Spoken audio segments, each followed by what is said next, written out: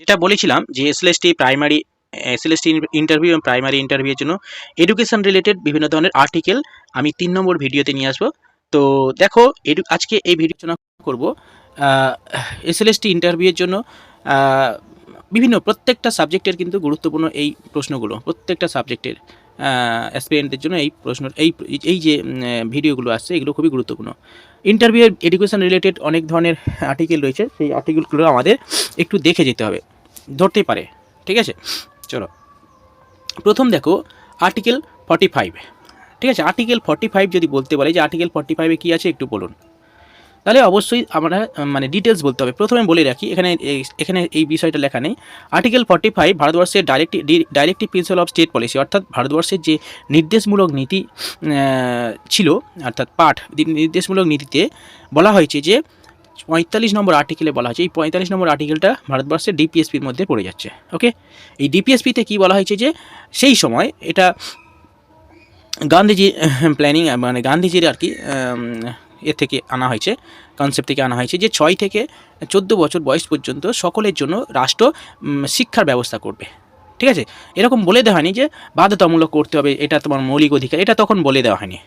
যে বলা হয়েছে যে নির্দেশমূলক নীতি না, একটা রাষ্ট্র যদি তার সমস্ত নাগরিকের জন্য, শিশুদের জন্য শিক্ষার ব্যবস্থা করে তাহলে কিন্তু সেটা ভালো আর কি।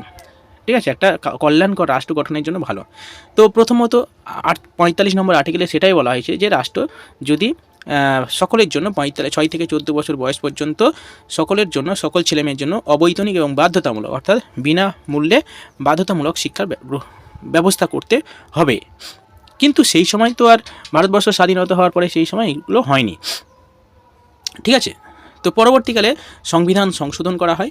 সংবিধান সংশোধন করে শিক্ষাকে মৌলিক অধিকারে আনা হয়। ঠিক আছে, দেখো পরবর্তীকালে 1986তম সংবিধান সংশোধনের মাধ্যমে 2002 সালে 86তম সংবিধান সংশোধনের মাধ্যমে 21 নম্বর আর্টিকেলে 21 এ, ঠিক আছে 1 নম্বর না, 21 এতে ভারতের সংবিধানে 21 নম্বর আর্টিকেলে যুক্ত করা হয়। ঠিক আছে, এখানে কি বলা হয় যে এখানে 6 থেকে 14 বছর বয়স পর্যন্ত সমস্ত শিশুদের অবৈতনিক ও বাধ্যতামূলক শিক্ষা গ্রহণ করতে হবে। এটা 86তম সংবিধান সংশোধন হবে, এটা 86তম সংবিধান হবে, 86তম সংবিধান সংশোধন। ঠিক আছে, তো 86তম সংবিধান সংশোধনের মাধ্যমে এটা 44 হবে না, এটা 86তম সংবিধান সংশোধন।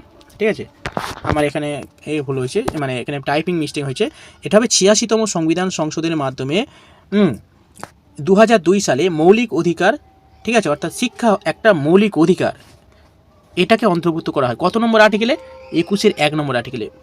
মাইন্ড, মানে এগুলো খুবই গুরুত্বপূর্ণ। 21 নম্বর আর্টিকেলে কী বলা আছে বলুন, তাহলে এটা অবশ্যই বলতে হবে যে 2002 সালে 86তম সংবিধান সংশোধনের মাধ্যমে সরকার, মানে এটা সংবিধান সংশোধন হয় পার্লামেন্টে। ঠিক আছে, 6 থেকে 14 বছর শিশুদের অবৈতনিক শিক্ষার অধিকারকে মৌলিক অধিকারে অন্তর্ভুক্ত করা হয়।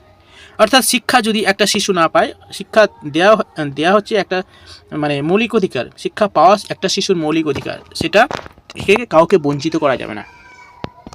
ঠিক আছে, দেখো 21 নম্বর এ আর্টিকেলে কি বলছে, in the constitution of India that এভিগেস্ট free and compulsory education for children up to age of 14, 14 বছর বয়স পর্যন্ত সমস্ত শিশুকে বাধ্যতামূলক শিক্ষা দিতে হবে।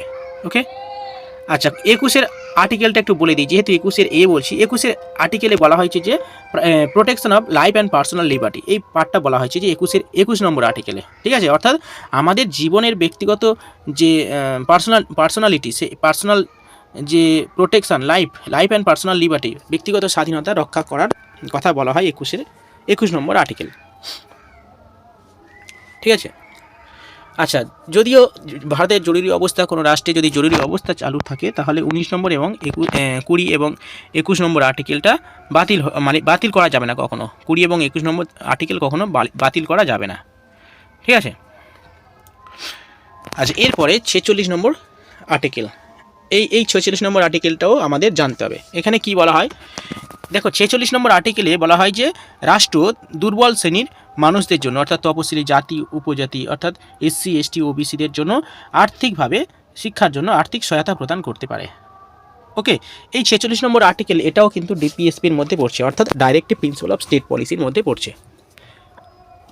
ওকে, তো এখানে রাষ্ট্র প্রত্যেকটা রাজ্যে এটা করে থাকে বা সরকারও করে থাকে, বিভিন্ন জাতি উপজাতিদের জন্য আর্থিকভাবে সহায়তা করে থাকে। ঠিক আছে, এইটা 46 নম্বর আর্টিকেল কিন্তু বলা আছে, সেইখানে এটা করছে। নেক্সট 49 49 নম্বর ধারা আর্টিকেলে কি বলা হয়েছে যে এটা এখানে বলা হয়েছে ভারতবর্ষের জাতীয় কৃষ্টি, অর্থাৎ ভারতীয় যে জাতীয় কৃষ্টি রয়েছে সেগুলোকে সংরক্ষণ করার কথা বলছে। জাতীয় যে কৃষ্টি সংরক্ষণের জন্য, অর্থাৎ ঐতিহাসিক যে গুরুত্বপূর্ণ স্মৃতিসৌধ, ঠিক আছে, মনুমেন্ট রয়েছে, এই মনুমেন্ট গুলোকে সংরক্ষণ করা ঐতিহাসিক, যেমন ধরো তাজমহল, ঠিক আছে, ভিক্টোরিয়া মেমোরিয়াল, ওকে, লালকেল্লা। তো এই সমস্ত ঐতিহাসিক যে প্লেসগুলো রয়েছে সেগুলোকে সংরক্ষণ করার কথা বলা হয়েছে 49 নম্বর ধারাতে। নেক্সট 351 নম্বর ধারা, ভেরি ভেরি ইম্পর্টেন্ট। 351 নম্বর ধারাতে বলা হয়েছে যে রাষ্ট্র হিন্দি ভাষার উন্নতির জন্য এবং প্রসারের জন্য দায়িত্ব নেবে, অর্থাৎ হিন্দি ভাষার উন্নয়ন এবং সম্প্রসারণের জন্য একটা স্পেশাল পাওয়ার দেওয়া হয় এই 351 নম্বর ধারায়। আচ্ছা, এগুলো বেসিক ইনফরমেশান, এগুলো একটু জেনে নিতে হবে, কারণ পরীক্ষায় আসতেই পারে, ঠিক আছে, মানে ধরতেই পারে যে ভাই বলো 14 নম্বর, ভাই বলবে না যে বলুন যে 14 নম্বর ধারাতে কি বলা হয়েছে, ইকুয়ালিটি, ইকুয়ালিটি বিফোর ল, ওকে, অর্থাৎ আইনের চোখে প্রত্যেকে সমান, এই কথাটা বলা হয়েছে 14 নম্বর আর্টিকেলে। 15 নম্বর আর্টিকেলে কি বলা হয়েছে, 15 আর্টিকেলে বলা হয়েছে prohibition of discrimination on the ground of religion, race, caste and sex or place of birth, অর্থাৎ জাতি ধর্ম বর্ণ নির্বিশেষে সকলের জন্য সমান সামাজিক মর্যাদা দেওয়ার কথা বলা হয়েছে 15 নম্বর আর্টিকেলে। 16 নম্বরটা একটু জেনে নিতে হবে, সরকারি চাকরিতে সকলের সমান অধিকার, equal opportunity in matter of public employment, অর্থাৎ সরকারি চাকরিতে সকলের সমান অধিকার, ঠিক আছে, এই পার্টটা বলা হয়, কোনো বৈষম্য করা যাবে না, ঠিক আছে।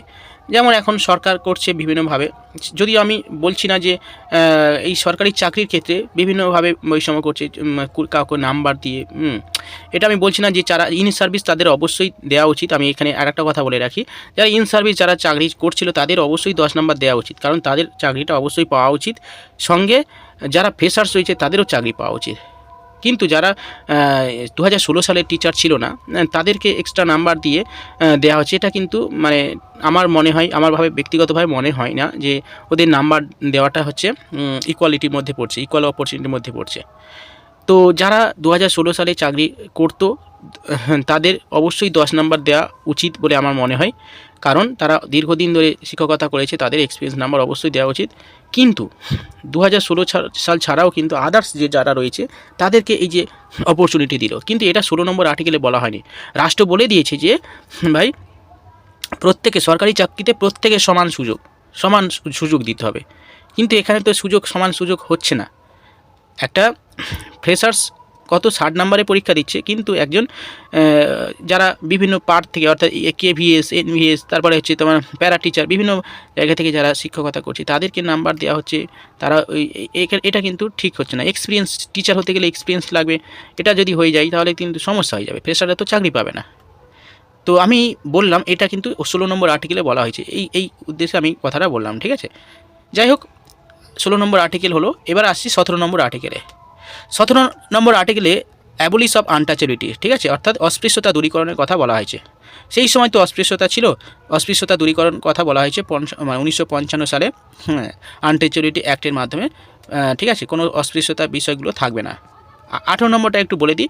18 নম্বর আর্টিকেলে বলা হয়েছে যে টাইটেল অ্যাবলিশ, অর্থাৎ কাউকে এইরকম আগে টাইটেল যেমন রায় বাহাদুর খেতাব দেওয়া হতো না, এইসব টাইটেল আরে দেওয়া যাবে না, ঠিক আছে। আচ্ছা, 29 এবং 29 নম্বর আর্টিকেলটা সংখ্যালঘু স্বার্থের কথা বলা হয়েছে, একটু মাথায় রাখতে হবে যে ভারতবর্ষের যে কোনো জায়গাতে সংখ্যালঘু ভাষা এবং সংস্কৃতি সংরক্ষণ করতে পারবে। 1 এবং 2 নম্বরে 29(2)-এ বলা হয়েছে যে সরকার পরিচালিত সাহায্যপ্রাপ্ত প্রতিষ্ঠানে জাতি ধর্ম নির্বিশেষে সকলকে সমানভাবে অ্যাক্সেস দিতে হবে, বলে ভর্তি করা যাবে, কোনো বাধা দেওয়া যাবে না, যে মাদ্রাসা বলে হিন্দু ছাত্রদের ভর্তি করা এরকম ব্যাপার না।